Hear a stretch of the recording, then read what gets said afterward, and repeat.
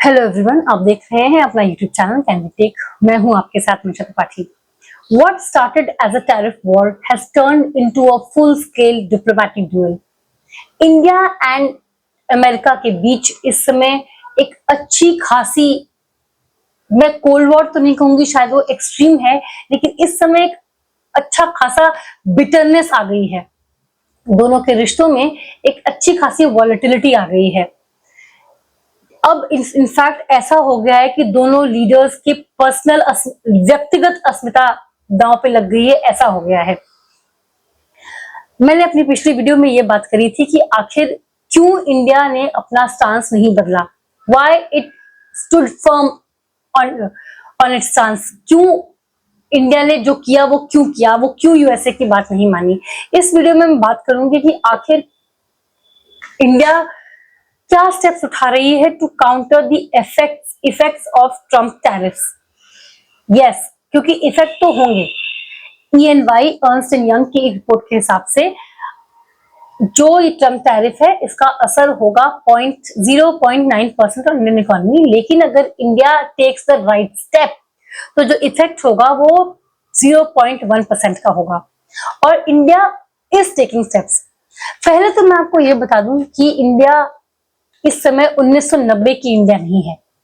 उस समय जब हमारे पास फॉरेक्स का इनफ रिजर्व नहीं था, हमारे पास we didn't have enough reserves of forex foreign exchange। आज की तारीख में $690 बिलियन टू $700 बिलियन का हमारे पास फॉरेक्स रिजर्व है। That is enough to cushion the blow of tariffs. इतना हमारे मैक्रो इकोनॉमिक्स जो है वो स्टेबल हैं। स्टैंडर्ड एंड पुअर ने इंडियन इकोनॉमी को BBB यानी कि स्टेबल बताया है। हमारे जो फिस्कल कंसोलिडेशन है वो अच्छी है, फिजूल की खर्ची सरकार नहीं कर रही है इस समय। स्ट्रॉन्ग ग्रोथ है, कंट्रोल्ड इन्फ्लेशन है, लोअर बोरोइंग कॉस्ट है। इसकी वजह से इन्वेस्टर कॉन्फिडेंस इंडिया में बना हुआ है। तो यहाँ पे पैनिक साइकिल अभी नहीं आई है और इंडिया की गवर्नमेंट पूरी कोशिश कर रही है कि ये पैनिक साइकिल न आए। इंडिया ने पहले तो निगोशिएशंस के चैनल बंद नहीं किए हैं। हाल फिलहाल में ही पीयूष गोयल ने, जो इंडिया के कॉमर्स मिनिस्टर हैं, उन्होंने बयान दिया कि India is open to any good deal. India दबाव में नहीं आएगा, अपने इंटरेस्ट को फोरगो नहीं करेगा, जी हिजूरी नहीं करेगा, लेकिन अगर ऐसी कोई डील है जो हमारे इंटरेस्ट में है, हमारे लिए अच्छी है, तो हम उसको डेफिनेटली साइन करेंगे। मतलब निगोशिएशंस, बैक चैनल टॉक्स अभी भी बंद नहीं हुए हैं। हालांकि न्यूज आई है एक जर्मन मीडिया के थ्रू के हवाले से कि इंडिया के प्राइम मिनिस्टर को ट्रम्प ने 4 बार फोन किया, लेकिन इंडियन प्राइम मिनिस्टर ने उनका फोन नहीं पिक किया। लेकिन मुझे डाउट है कि ट्रम्प ने कॉल ट्रेड को वापस लाइन पे लाने के लिए, वापस ट्रैक पे लाने के लिए फोन किया होगा। उनका तो शायद कोई और आउटरेजियस डिमांड होगा। और प्रॉब्लम ये है ना कि ट्रम्प का फोन अगर उठा लो तो बात कोई भी हो, वो अपने हिसाब से ही कुछ ना कुछ उसके बारे में बता देते हैं। आप फोन करके आप बस उनका फोन उठा लीजिए, उसके बाद बात क्या हुई वो उससे लेना देना नहीं होता। ट्रम्प अपनी मनगढ़ंत की कहानी सोशल मीडिया एक्स पे डाल देते हैं। इस वजह से शायद प्रधानमंत्री मोदी ने ट्रम्प का फोन नहीं उठाया। आप एक बार अगर आप पुतिन से बात कर लिया, यूक्रेन से बात कर लिया, तो ट्रम्प का अगला क्या आता है, बस पीस हो गया, कल से जंग बंद। बात क्या हुई पता नहीं, लेकिन अगर पुतिन ने मेरा फोन उठा लिया तो जंग बंद, रशिया ने मेरी सारी बात मान ली है। तो मोस्ट प्रोबेबली मोदी जी को भी यही लगा कि मैं इनका फोन उठा लूंगा तो वो बोल देंगे आप जो कश्मीर इशू है, जो POK जो है, वो उसका इशू फॉरएवर सॉल्व कर दिया है इंडिया एंड पाकिस्तान ने। शायद इस वजह से नहीं उठाया होगा। Trade negotiations, back channel talks, दोनों के जो कॉमर्स डिपार्टमेंट्स हैं उनके बीच चल रही है। एंड एटलीस्ट इंडिया की तरफ से तो निगोशिएशंस का चैनल ब्लॉक नहीं किया गया है। दूसरी बात यह है, इंडिया अपने एक्सपोर्ट्स डाइवर्सिफाई कर रहे हैं। EFTA ये EU से अलग है, ये यूरोपियन फ्री ट्रेड एग्रीमेंट। इसमें 4 कंट्रीज हैं, लिechtenstein, आइसलैंड, नॉर्वे एंड स्विट्जरलैंड। इसके साथ जो फ्री ट्रेड एग्रीमेंट है वो 1 अक्टूबर से इंप्लीमेंट हो जाएगा। United union EU European union के साथ जो ट्रेड डील है वो 2025 के अंत तक लग रहा है कि फाइनलाइज हो जाएगी। यूके के साथ एक ऑलरेडी, यूनाइटेड किंगडम के साथ ऑलरेडी एक हिस्टोरिक डील साइन हो चुकी है। ये तीनों markets combined around 16 trillion dollars की है। इतने बड़े मार्केट के साथ को एक्सेस मिलेगा इंडिया को, तो ऑफ कोर्स इंडिया का जो ये ब्लो आया है यूएस से, वो कुशन हो जाएगा। इंडिया ने एक मिशन 40 भी लॉन्च किया है, जिसके तहत वो 40 डिफरेंट कंट्रीज जैसे कि UK, Japan, South Korea, Belgium, UAE, Australia, Turkey, Germany, France, Italy, Spain, Netherland, Poland, Canada, Russia, Mexico, इनसे अपने ट्रेड्स एक्सपोर्ट, टेक्सटाइल एक्सपोर्ट को बूस्ट करने के लिए देख रहा है।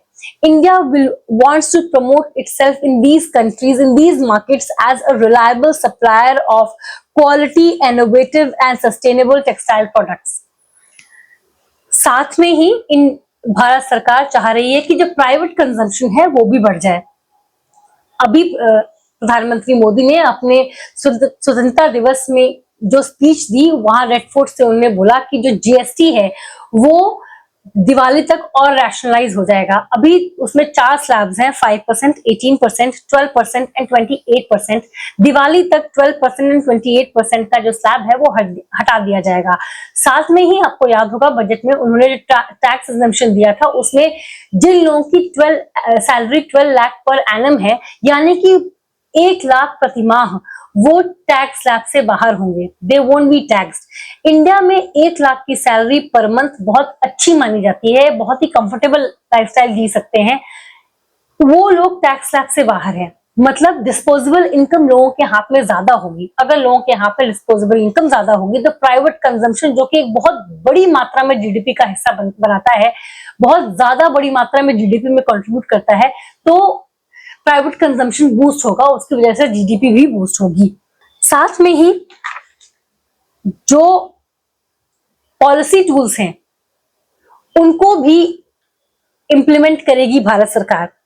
आरबीआई ने भी एक विलिंगनेस शो की है to hunker down with liquidity support, forex intervention, interest rate flexibility. और क्योंकि हमारे पास अच्छा खासा फॉरेन रिजर्व है, तो इसका मतलब यह है कि आरबीआई के पास भी एक कुशन है टू मैनेज द वॉलेटिलिटी। तो कोई पैनिक साइकिल नहीं आएगा। This will prevent panic cycle. एक अच्छा अच्छे policy making, policy tools will prevent panic cycle among investors and markets. साथ में एमएसएमईज को, माइक्रो, स्मॉल और मीडियम एंटरप्राइजेस को क्रेडिट सपोर्ट दिया जाएगा। नेशनल आउटरीच प्रोग्राम चलाया जाएगा। जो एक्सपोर्टर्स हैं उनको मल्टी बिलियन पैकेज ऑफर किया जाएगा, ताकि उनका वर्किंग कैपिटल फ्री अप हो सके। और इनकी 10 जो ये नुकसान झेलेंगे इतने ज्यादा टैरिफ की वजह में, जो टैरिफ लगेगा, जो ड्यूटी लगेगी, उसमें सबसे ज्यादा इम्पैक्ट तो एक्सपोर्टर्स पे ही होगा। तो सरकार पैकेज रिलीज कर रही है ताकि वो उस नुकसान को, उस लॉस को कुशन कर पाए, झेल पाए। साथ में ही प्रधानमंत्री मोदी अपना आउटरीच एशिया की कंट्रीज में, जैसे कि जापान में और चाइना में भी बढ़ा रहे हैं। अभी वो विदेशी दौरे पे हैं, जिसमें वो पहले जापान में गए थे, अब चाइना में है। चाइना में वो एससीओ की समिट अटेंड करने गए हैं, जहां पे उनको रशिया के पुतिन भी मिलेंगे। तो वो ये जब देख के कि अब यूएसए इज बैकस्टैबिंग इंडिया, तो वो अपनी आउटरीच जापान एंड चाइना से भी बढ़ा रहे हैं। रशिया तो हमारा टाइम टेस्टेड फ्रेंड है ही। जब वो जापान गए थे, तो जापान में वहां के प्राइम मिनिस्टर ने बोला that it will be an Asian century, India and Japan will shape the Asian century. और चाइना सही कहते हैं कि कोई भी परमानेंट फ्रेंड या फो नहीं होता इंटरनेशनल रिलेशंस में, परमानेंट इंटरेस्ट ही होते हैं। एक टाइम पे चाइना हमारा स्वर्न एनिमी था, जिसने ऑपरेशन सिंदूर में पाकिस्तान का हेल्प किया था, and USA was our natural ally. और आज की तारीख में स्थिति ऐसी हो गई है कि हम यूएसए के खिलाफ चाइना के साथ आउटरीच बढ़ा रहे हैं। हालांकि ऑब्वियसली ये हमेशा ही ज्यादा इंडिया को हमेशा ही अपना एक it will have to keep it guard up against China, क्योंकि चाइना कभी भी बैकस्टैप कर सकता है। चाइना पे बहुत ज्यादा भरोसा करना ठीक नहीं है। लेकिन इस समय in the interest of India in the current situations, Indian government China से भी हाथ मिला रही है। एंड इस समय ये चर्चा भी हो रही है कि RIC, Russia India China RIC करके एक ग्रुपिंग बनने वाली थी, जो बीच में अबैंडन कर दी गई क्योंकि इंडिया चाइना पर भरोसा नहीं कर सकता था। उसको भी रिवाइव करने की बात हो रही है। So India is diversifying exports, outreaching to different countries, so that उसका जो डिपेंडेंस है USA पे वो घटे और यहाँ पे मिनिमम इम्पैक्ट हो ट्रम्प टैरिफ्स का। चाइना USA भी मिक्स सिग्नल्स भेज रहे हैं। एक तरफ पीटर नवारो जो है वो इंडिया को रशिया का लॉन्ड्रोमैट बुला रहे हैं, रशियन ऑयल का। यूक्रेन वॉर को मोदी का वॉर बता रहे हैं, I have no idea how.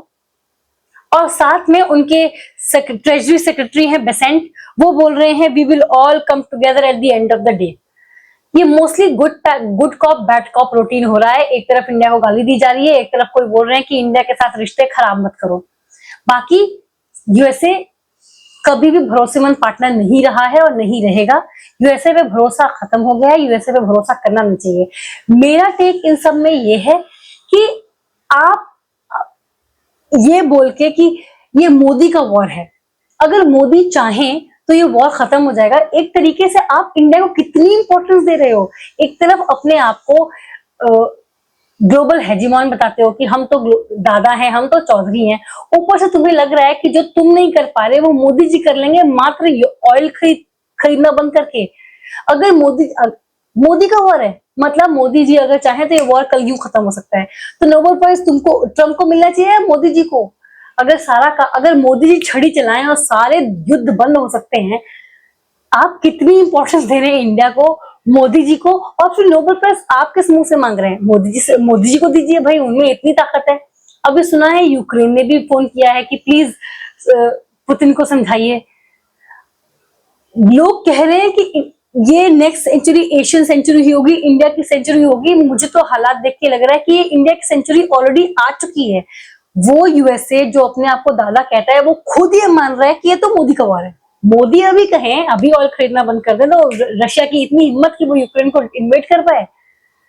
ये एक टाइम पे दो सुपर पावर्स हुआ करते थे, USSR, Russia farmer USSR and USA।